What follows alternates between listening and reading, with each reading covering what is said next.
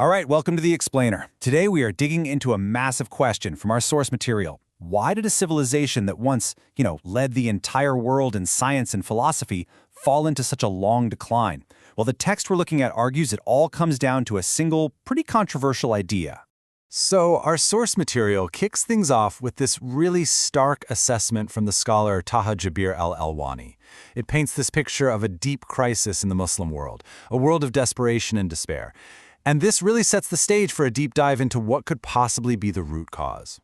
And that right there, that's the central puzzle, isn't it? I mean, how did a civilization that was once at the very forefront of human knowledge end up in this state? The source we're examining puts forward this really bold and maybe even startling idea. The root cause wasn't invasion, it wasn't economics, it was an idea. So here's the argument. The decline wasn't caused by outside forces or, simple economic problems. Instead, the text claims it was triggered by a single pivotal intellectual shift, a turn away from, a rejection of, reason when it came to matters of religion. Okay, to really get this, we have to wrap our heads around a key concept. The source argues that the simple act of using your own human reason to interpret revelation was deliberately reframed as a form of disbelief, or kufr.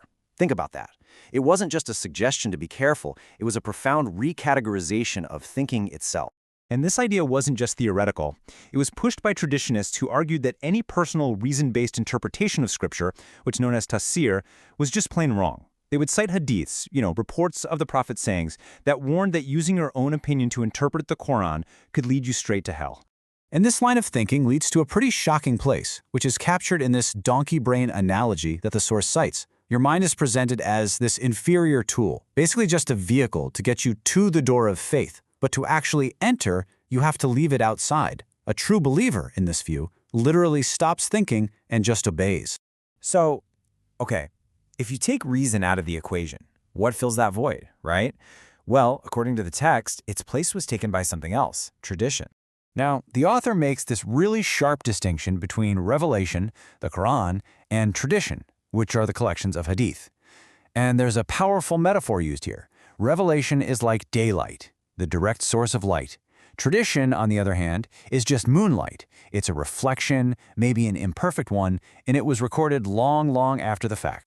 And what's so wild about this shift is that it apparently went against the prophet's own commands to write nothing from him but the Quran. The whole point was to keep revelation as the single pure source that would shape the minds of believers. And this quote, wow, it just perfectly sums up the complete 180 that the source claims happened. The Sunnah, which is based on tradition, was now seen as the judge over the Quran, not the other way around. So in practice, tradition was being used to interpret and sometimes even to overrule revelation itself. So what happens when you make a shift like that? Well, according to the text, the consequences were devastating, and they stretched out for centuries. It kicked off this long, slow atrophy of knowledge.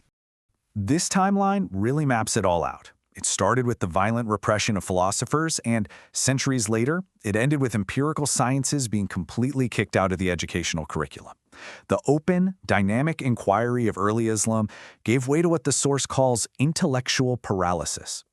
And this isn't just ancient history. The author connects the dots directly to today.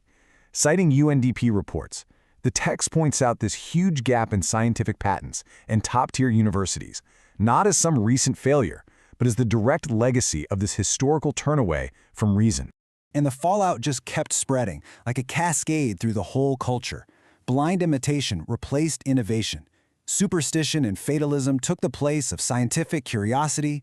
And critically, religious law itself was changed, with jurists turning to tradition to introduce punishments the author argues have no basis in revelation, which ultimately culminated in forms of modern extremism. Okay, so after laying out the problem and all its consequences, the source doesn't just leave us there. It actually offers a path forward, and it's not a call for westernization, but for an internal intellectual reformation. And the solution proposed is basically a direct reversal of what happened. First, restore revelation, the daylight, to its #1 spot. Second, bring back the tool you need to understand it, reason.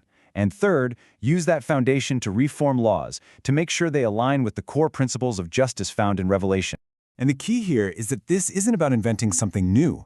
It's about getting back to something that was lost, a return to the intellectual energy that characterized the civilization's golden age. It's a call to reopen the Muslim mind to the kind of free and independent inquiry that once made it a global hub for knowledge. And that, really, is the central provocative question the source material leaves us with. According to this text, the cost is immense. You get stagnation, impotence, and a departure from the very foundations of your faith. It's a question that goes way beyond any single culture or religion, and it challenges all of us to think about that relationship between faith, tradition, and the human mind.